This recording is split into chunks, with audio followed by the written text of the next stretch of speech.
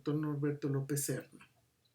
Vamos a hablar en esta ocasión del ciclo menstrual, que también se denomina como ciclo sexual. Para poder entender este proceso debemos de ver o revisar algunos aspectos anatómicos e histológicos del aparato reproductor femenino. El útero se encuentra en la parte pélvica, en la cavidad pélvica de la mujer, y está constituido por una región que se llama fondo, tiene un cuerpo y tiene una parte más estrecha que es el cuello. De hecho, el útero tiene forma de, externamente la podemos ver como una pera. Sin embargo, en su interior solamente tiene dos paredes, una pared ventral y una pared dorsal. Caudalmente el útero se comunica con la vagina, como estamos viendo aquí en la imagen, y cranealmente a él está conectado las trompas de falopio. Las trompas de falopio son estructuras tubulares que tienen mucosa, tienen una capa muscular y tienen una serosa. La parte distal de la trompa de falopio termina como pequeñas estructuras alargadas que se llaman fimbrias, y estas tienen cierta movilidad y están en contacto con los ovarios.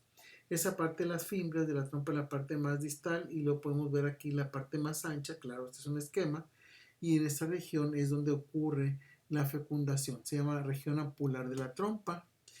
Podemos reconocer el cuerpo de la trompa, y la parte que va adelgazándose antes de entrar al útero se llama infundíbulo de la trompa.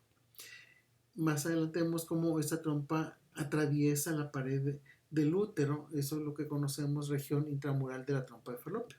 Es importante reconocerla porque más adelante vamos a hablar de ella.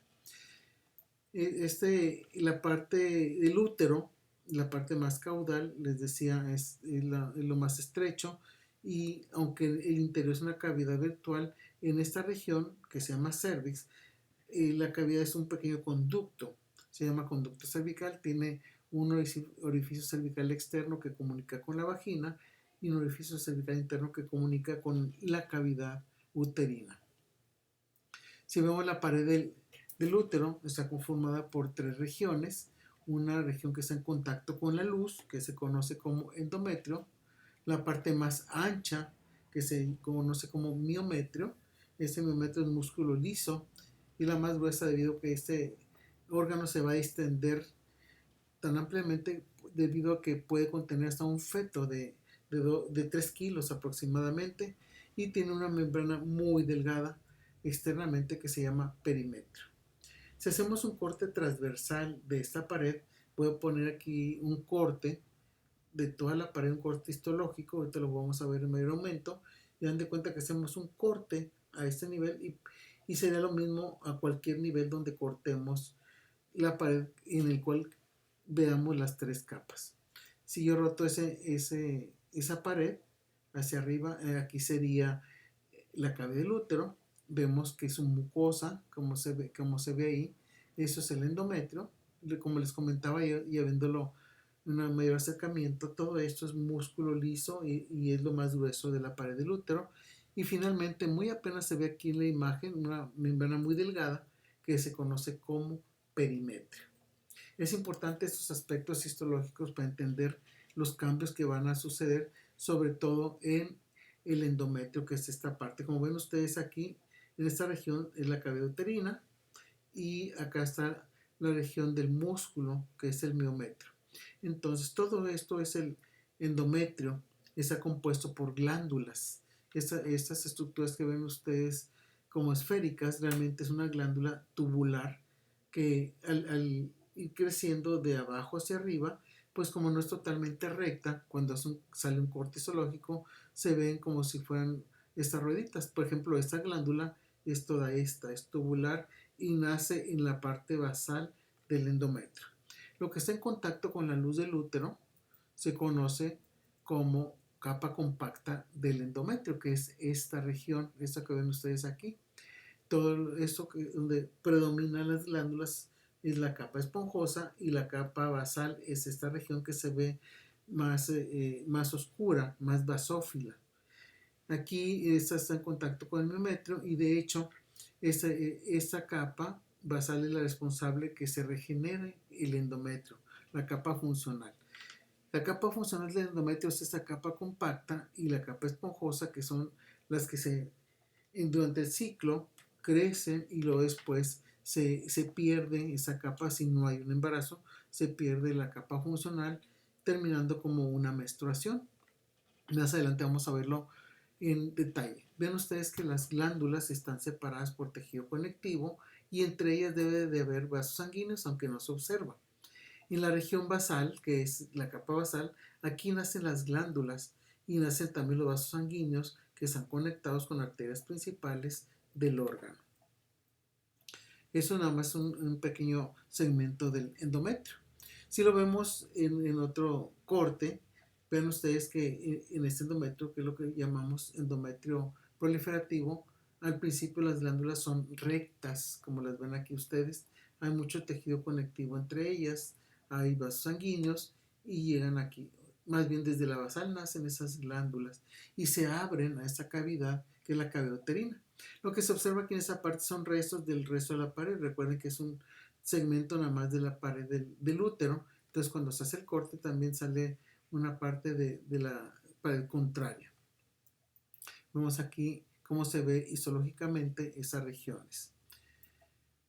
Cuando hablamos del ciclo menstrual, tenemos que recordar que aquí para fines prácticos en embriología solamente vemos ciclo ovárico y ciclo uterino. Estos son los cambios que ocurren, vamos a ver más adelante en esos órganos que es el útero y la glándula que es el ovario. Sin embargo, el ciclo menstrual ocurre en todo el cuerpo femenino. Hay un ciclo vaginal en el cual la mucosa de la vagina va cambiando dependiendo del ciclo. Hay un ciclo tubario en el cual la trompa de falopio tiene una mayor peristalsis. Peristalsis quiere decir que se mueve así como el intestino. Es el ciclo tubario y la primera fase del ciclo menstrual tiene mayor movilidad. Lo vamos a ver en los siguientes diapositivas. También la glándula mamaria responde al ciclo menstrual, a las hormonas que se presentan. Todo el cuerpo, de hecho la piel, todo el organismo femenino es la que responde a las hormonas que se presentan y se liberan durante el ciclo menstrual. ¿Qué es el ciclo menstrual? Tenemos que definirlo para poder entender estos procesos. Los ciclos menstruales son fenómenos que se presentan en el organismo femenino, se llaman fenómenos fisiológicos porque son respuestas que tiene el organismo a hormonas. Como lo vemos aquí, son dirigidos por el hipotálamo. El hipotálamo es una región del cerebro a nivel del diencéfalo. El que dirige es el director de todo este proceso, este ciclo.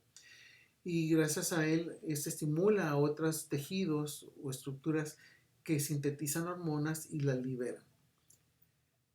Este ciclo es responsable no solamente de los cambios cíclicos y preparar el organismo femenino para la reproducción, también es responsable de los cambios que ocurren desde el paso de niña a ser mujer. Los cambios que hay en el cuerpo femenino ocurren también gracias a este ciclo menstrual.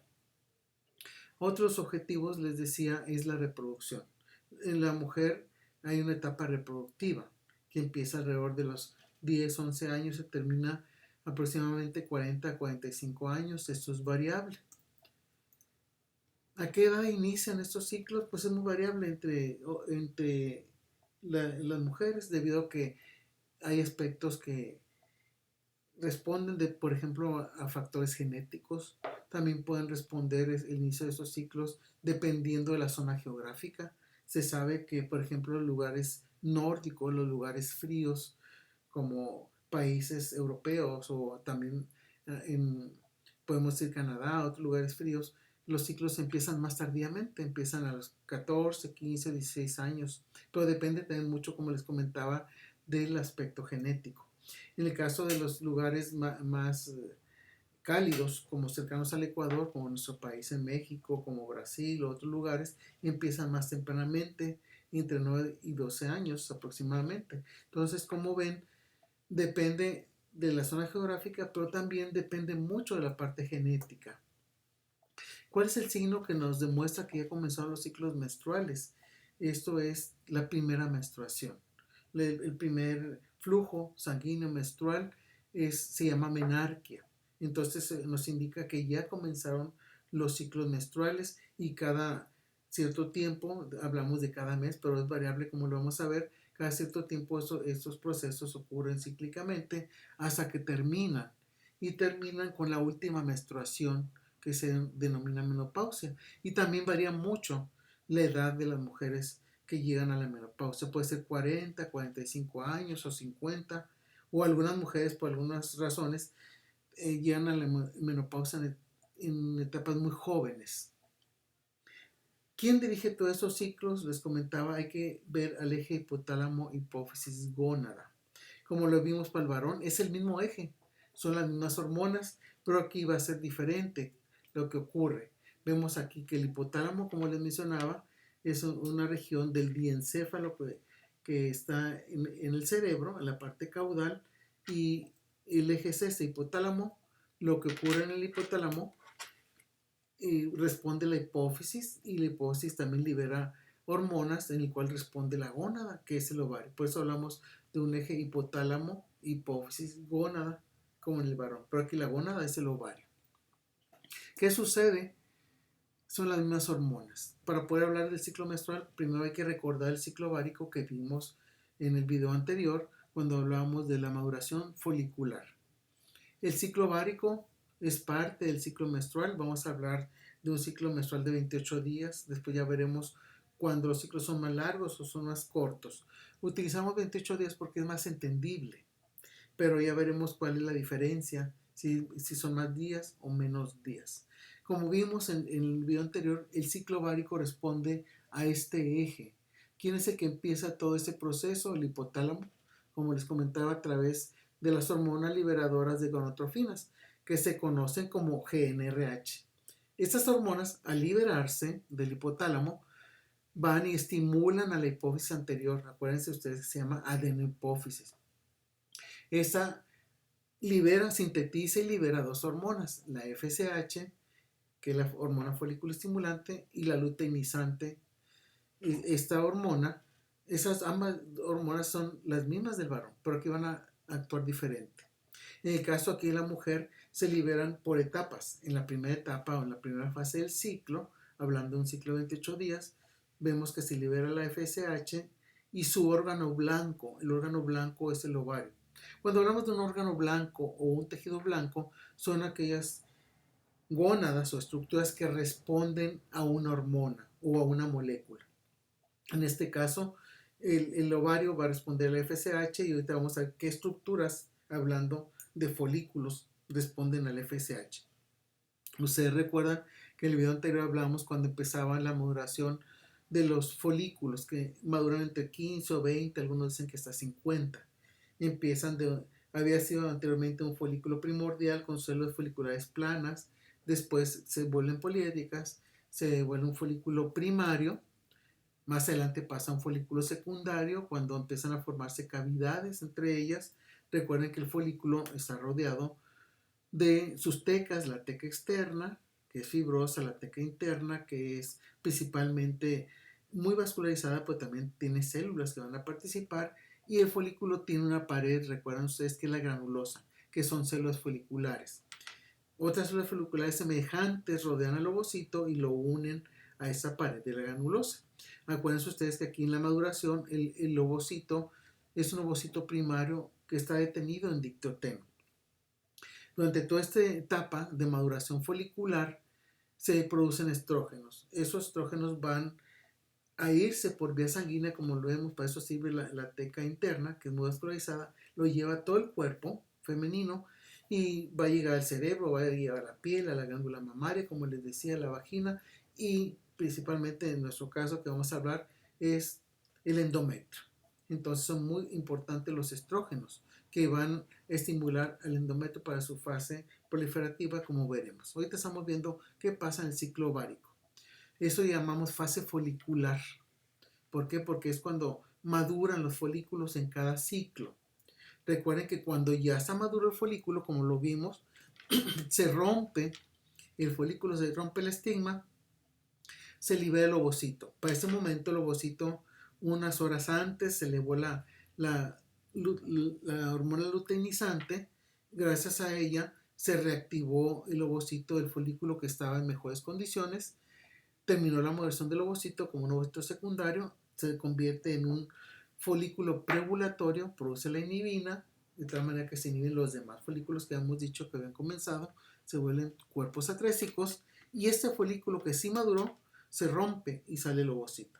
Es el día de la ovulación. La ovulación, recuerden, es un proceso en el cual se libera el ovocito, pero es un proceso que intervienen muchos factores. Interviene, por ejemplo, el crecimiento de ese folículo que es muy grande, que está haciendo presión sobre la superficie del ovario, por eso se forma el estigma.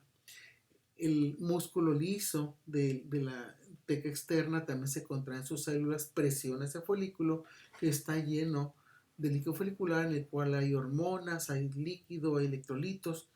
Al presionar, la presión se rompe, pero la ovulación principalmente es por las concentraciones altas el día de la ovulación de hormona luteinizante. Es la responsable principal de este proceso y le ayudan todo lo que les acabo de comentar. Esto se llama fase folicular y aquí estamos en la etapa de la ovulación. El día de la ovulación, recuerden ustedes, sufre cambios el cuerpo femenino. Aumenta la temperatura alrededor de medio grado. También aquí se queda vacío el folículo. En el momento que se rompe, sale el ovocito, quedan las paredes del folículo. Acuérdense ustedes que esa pared del folículo roto tiene una capa granulosa, tiene una teca interna y otra teca externa.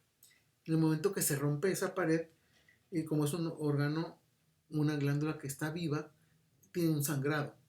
Una parte de las microgotas de la sangre rellenan este hueco que quedó, porque el ovocito salió rodeado de líquido folicular, y entonces al llenarse de sangre se ve rojo, por eso le llamamos cuerpo rojo.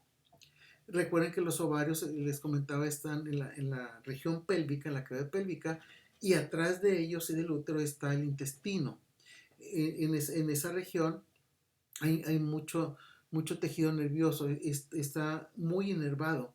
Las capas del intestino, los medios de fijación del intestino, que es el peritoneo también, el peritoneo muy vascularizado, entonces microgotas que caen estimulan al peritoneo y ocurre un dolor muy fuerte que depende del umbral al dolor que tenga la mujer. A una lo sienten muy fuerte, otros menos fuerte, pero es un dolor de la ovulación.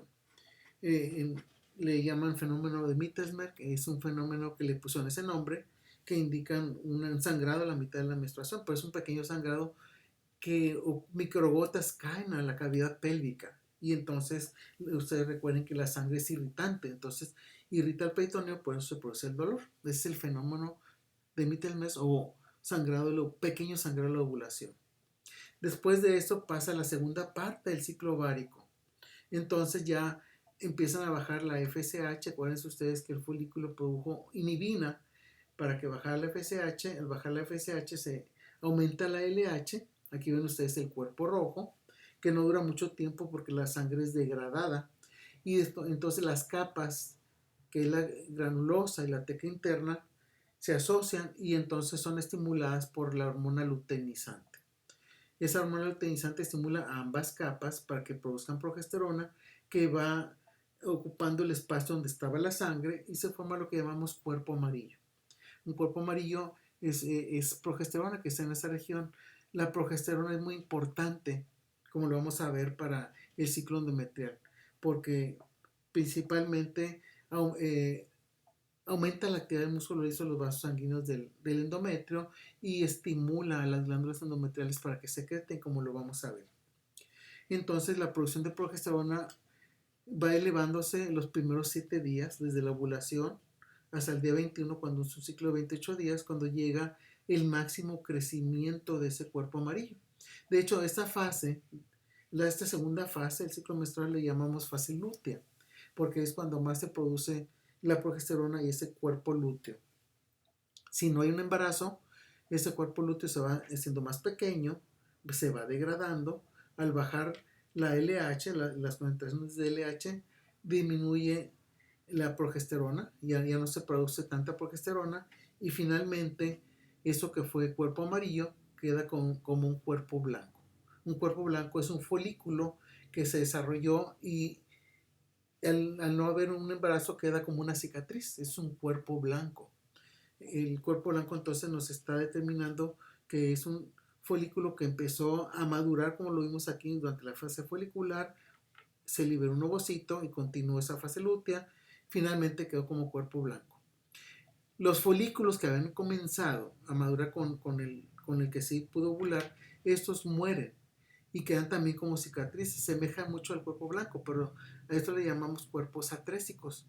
Cuerpos atrésicos son aquellos folículos que comenzaron a madurar, pero le ganó uno, que fue el que liberó el ovocito, y ellos mueren antes de la ovulación. Muy bien, este es el ciclo ovárico, y ahora que ya lo recordamos, vamos a ponerlo en el ciclo menstrual y vamos a hacer una línea en el tiempo, en el ciclo uterino, le llamamos también ciclo endometrial. Vamos a poner aquí los 28 días, y ahorita vemos cuál es la diferencia cuando los ciclos son más largos, son más cortos. El día 14, por lo tanto, sería el día de la ovulación. En la parte superior de la línea voy a poner lo que sucede en el ovario, en las dos etapas del ciclo, y aquí abajo lo que sucede en el endometrio. Entonces, como ven ustedes, aquí vemos el endometrio completo. Entonces, el día que inicia la menstruación indica el primer día del nuevo ciclo. Y nos está indicando también el día o el último día del ciclo anterior. ¿Qué quiere decir? Que aquí se tiene que eliminar la capa compacta y la capa esponjosa, que le llamamos funcional. Le llamamos capa funcional porque es la que se está recambiando constantemente. Tiene que quedar la capa basal porque es la que va a restaurar a esas dos capas. Por lo tanto, el día de la menstruación, el primer día del flujo menstrual, como les decía, indica el primer día del nuevo ciclo e indica el último día del ciclo anterior. ¿Qué sucede en esta etapa de la menstruación? Es una salida de desechos en el cual va sangre, van restos de la capa compacta, de la capa esponjosa, de vasos sanguíneos, de glándulas muertas, etc.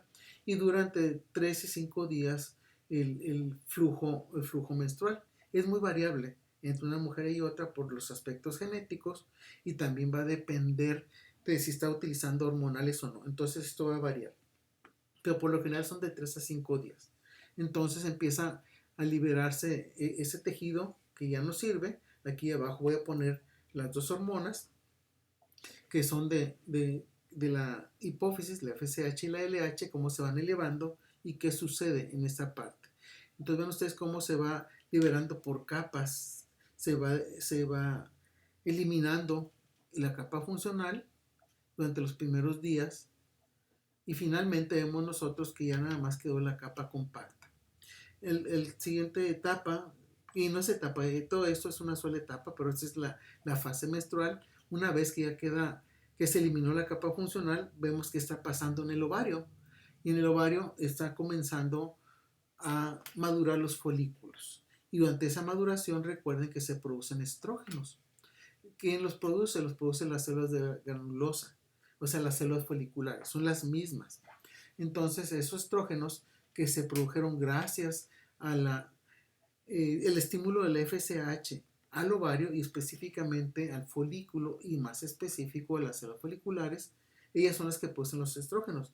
Recuerden ustedes cuando vimos la maduración de los folículos, la ovogénesis. Conforme va pasando el tiempo, ven ustedes que se eleva la FSH y también se eleva la síntesis y liberación de estrógenos.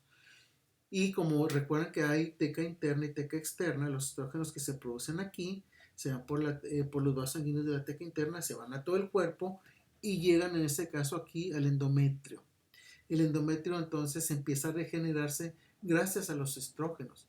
Ellos son los responsables de que se vuelva otra vez a formar la capa funcional y lo que es la capa glandular, lo que es la esponjosa, y la capa compacta.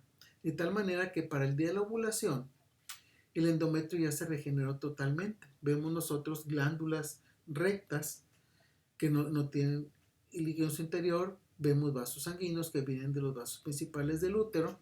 Y ven ustedes que aquí en este momento, un poquito antes de que ocurra la ovulación en un ciclo de 28 días, ven cómo se empieza a elevar la hormona luteinizante Y ese inicio antes de la ovulación, recuerden, es para que el ovocito del folículo que está mejor desarrollado, que está en mejores condiciones, es el que va a responder a esa elevación de LH, y el ovocito termina rápidamente su meiosis. Primero que nada se reactiva su meiosis, que estaba en dictoteno, pasa a diacinesis, después hay la metafase, anafase y telofase, y termina la primera división meiótica como un ovocito secundario. ¿Saben qué es secundario? Como lo ven aquí, porque tiene un cuerpo polar. ¿Qué quiere decir? Que eliminó 23 cromosomas bivalentes y adentro quedan 23 cromosomas bivalentes también. ¿Qué quiere decir? Que son 23, el ovocito es haploide, pero cada cromosoma trae una copia. El cuerpo polar, que es el primero, es haploide también y trae una copia. Bien, una vez que ya está este folículo, recuerden que tiene ya todas las condiciones, produce inhibina, por eso se mueven los demás folículos, y entonces ya el pico LH no es más que la concentración máxima que se encuentra en sangre de hormona luteinizante, y esa concentración permite que se rompa el estigma. Ella es la responsable de la ovulación, pero como les decía, la contracción del músculo liso de la capa más externa, que es la teca externa, y también el crecimiento del folículo, por eso se rompe, sale el ovocito como un ovocito secundario.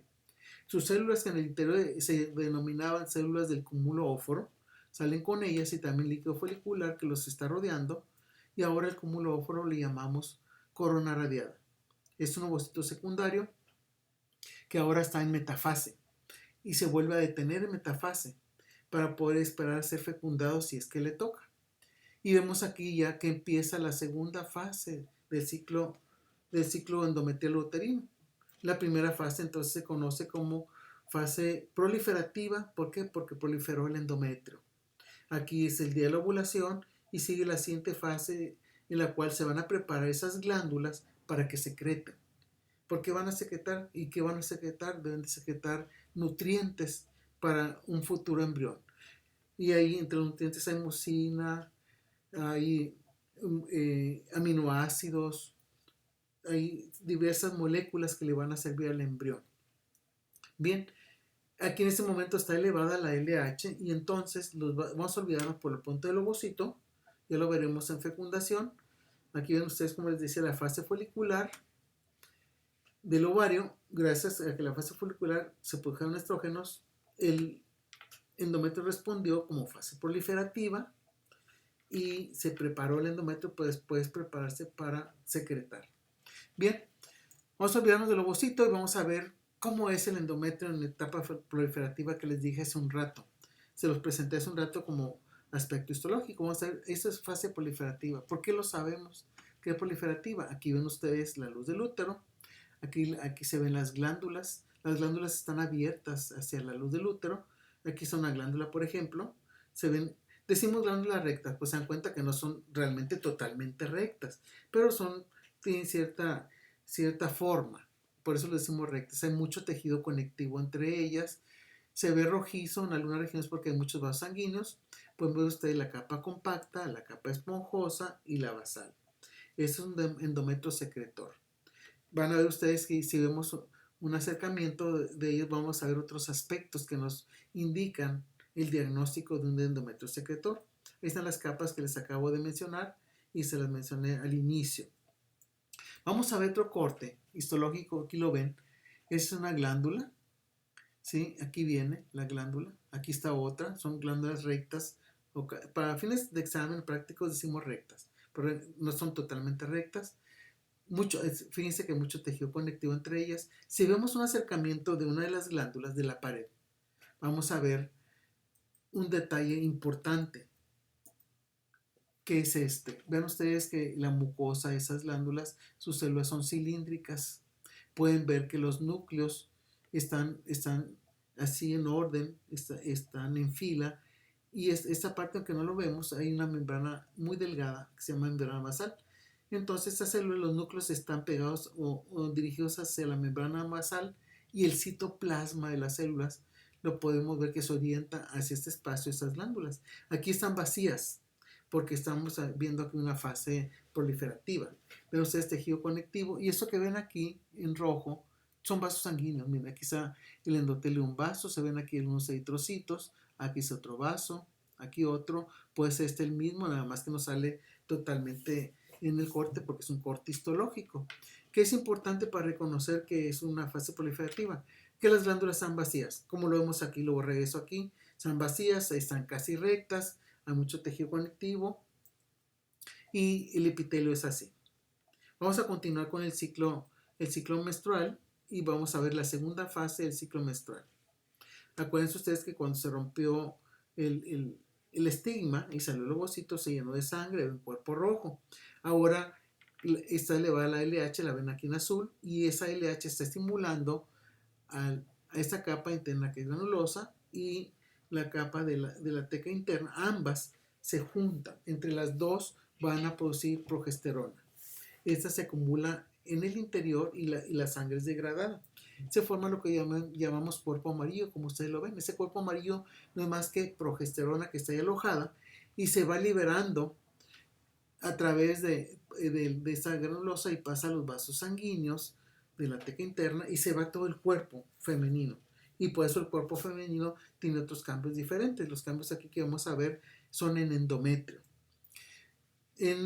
Aquí esta progesterona es muy importante. ¿Por qué? Porque estimula el crecimiento de los vasos sanguíneos y estimula a las glándulas a que secreten nutrientes. La glándula, para poder secretar nutrientes, requiere de dónde sacar las moléculas para hacerlos. Entonces los va a sacar de los vasos sanguíneos. Por lo tanto, esos vasos tienen que crecer. Pero como aquí ya el grosor ya no puede ser mayor, el grosor del endometrio, el vaso sanguíneo al crecer se vuelve espiral, así como una manguera que enredamos, que es muy larga, enredamos en un pequeño espacio. Así que también los vasos sanguíneos se vuelven espiral y las células musculares que tienen se relajan. La progesterona relaja al músculo liso de los vasos. De esa manera el vaso se hace más grueso y la sangre pasa más lento y de tal manera que permite que la glándula obtenga nutrientes en mayor proporción y además lleva más nutrientes. Y entonces ven ustedes que las glándulas de ser rectas pasan a ser tortuosas porque están llenándose de nutrientes en su interior. Aquí lo ven. Se ven tortuosas. Ahorita vamos a ver un corte histológico. Los vasos sanguíneos están así en espiral como si fueran tirabuzón porque tienen que crecer para llevar más nutrientes. ¿Por qué? Porque del día de la ovulación tiene 7 días nada más para que este endometrio secretor esté en las condiciones óptimas y se pueda implantar un embrión, como lo vamos a ver en el siguiente video. Entonces el embrión debe tener todos los nutrientes, por eso tiene 7 días para producirlos, de tal manera que el cuerpo amarillo llega a su máximo crecimiento a los 7 días. La glándula está en su máxima secreción a los 7 días, es un ciclo de 28 días. Si la ovulación fue el día 14, a los 21 días está preparado el endometrio para que se implante un nuevo ser. Las glándulas están en su máxima secreción y los vasos sanguíneos están llevando la máxima cantidad de sangre porque está relajado el músculo, entonces el vaso sanguíneo se hace más grueso, más gordito. ¿Qué va a pasar cuando no hay una implantación? Empieza a bajar la hormona luteinizante. Al bajar la hormona luteinizante, el ovario, esta granulosa y la teca interna van produciendo menores cantidades de progesterona y entonces el endometrio empieza a sufrir. ¿Por qué digo sufrir? Pero es un aspecto normal. ¿Qué pasa con los vasos sanguíneos? Acuérdense, ustedes les decía que están muy largos en un espacio pequeño. Entonces, el vaso está relajado en los primeros días para que lleguen más nutrientes. Cuando baja la progesterona, el músculo liso de los vasos, ya no percibir progesterona, se contrae y va a sufrir primero las partes más distales del vaso, como aquí, y eso se llama isquemia. Una isquemia es porque ya no le llega sangre al tejido. Entonces empieza a morir esa parte, poco a poco, la parte más distal del vaso, y las proximales todavía están bien porque llegan ahí buenas cantidades de progesterona. Pues al ir avanzando, esta disminución de progesterona, pues baja la producción de la glándula y también empieza a morir el tejido. ¿Cómo es en ese momento una fase secretora típica? 7 días después de la ovulación. Vean ustedes, ya es diferente el endometrio. Aquí estamos viendo la cavidad uterina. Vemos nosotros la capa compacta, la capa esponjosa. Aquí en el corte no salió la basal, pero vean ustedes las glándulas, ya no son rectas, como lo vimos en las diapositivas anteriores. Ya están tortuosas. ¿Por qué? Porque tienen mucho líquido en su interior. Y van a decir, bueno, es que aquí no se ve. No se ve porque cuando se procesó el corte histológico se perdió el tejido, se perdió el líquido. Entonces, por aquí había líquido, estaba llena de líquido. Vean ustedes que hay menos tejido conectivo entre ellas. Y al ver un acercamiento, bueno, aquí vemos nosotros las tres capas compacta, esponjosa y basal. Aquí es la basal y acá se ve el miometrio. Ven ustedes que hacemos un acercamiento de la glándula. Aquí vemos las glándulas tortuosas, poco tejido conectivo, se ve un poquito claro el corte. Si vemos un acercamiento de esas glándulas, vamos a ver la pared, cómo es la pared. Se fijan que es diferente como lo vimos en las glándulas que apenas estaban creciendo.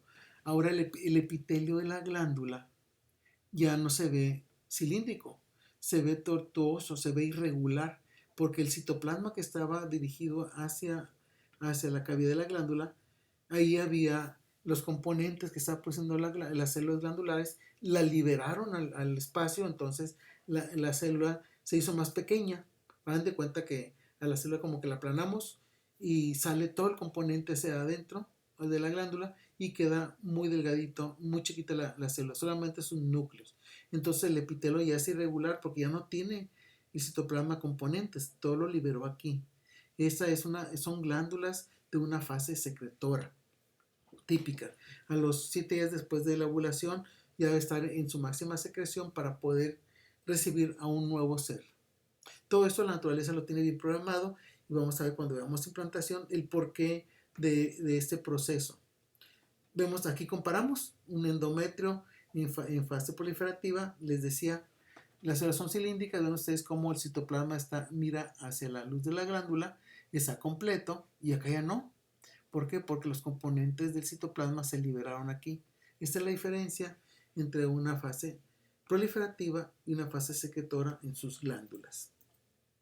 Continuando aquí con la segunda fase del ciclo, por eso decimos secretora, porque estamos hablando del endometrio. Hay que tener mucho cuidado. Cuando hablamos del ciclo sexual y hablamos de las fases, si hablamos del ciclo ovárico, tenemos que decir, hablamos de esa fase, la llamamos progestacional, también le dicen lútea.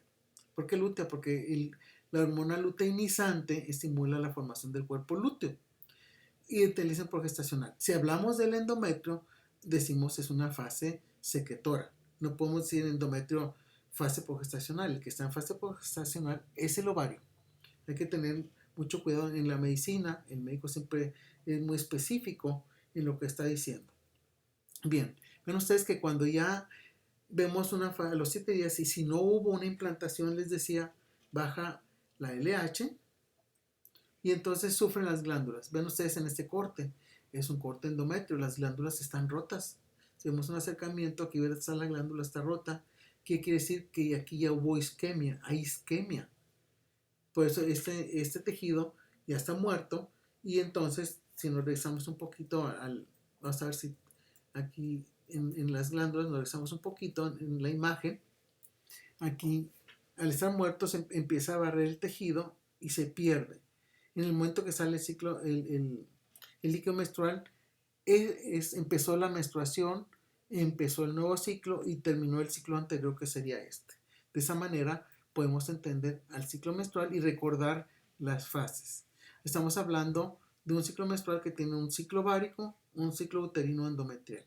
Un ciclo ovárico es una fase folicular en donde se producen estrógenos y responde el endometrio a esos estrógenos para que prolifere.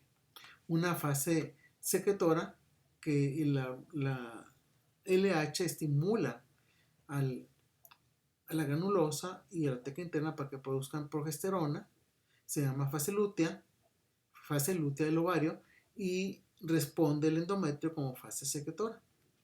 Eso es importante.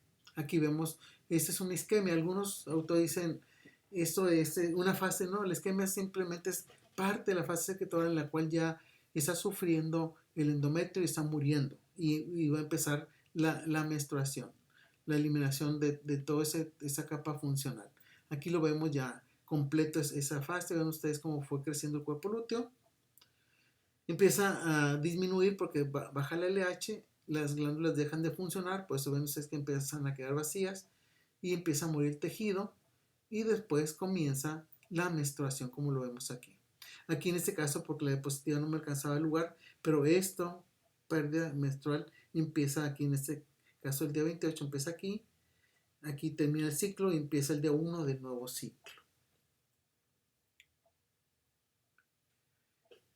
Que eso es importante el ciclo menstrual, ¿para qué? Por muchos motivos. Una de ellas porque son estudiantes de medicina y ustedes van a llevar información a pacientes, ¿sí? Entonces, en este caso, ¿qué es lo que deben de conocer? Y también para uno mismo, para la vida diaria.